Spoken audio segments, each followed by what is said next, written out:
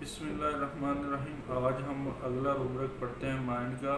Mind bade desire to remain in. Mind bade desire to remain in. دماغ یعنی دماغ کا یہ روبرک کیا ہے؟ اس میں مریض کیا کہتا ہے؟ بستر میں رہنے کی اس کی خواہش ہوتی ہے کہ میں بستر میں لیٹا رہوں، بستر میں رہوں، لیٹا رہنے کی خواہش ہوتی ہے، ہر وقت سویا رہتا ہے، لیٹا رہتا ہے بستر پہ، اس طرح اس کی خواہش ہوتی ہے لیکن اس میں کمزوری نہیں ہوتی، ویسے لیٹا رہتا ہے سستی کی باعث تھوڑا سا۔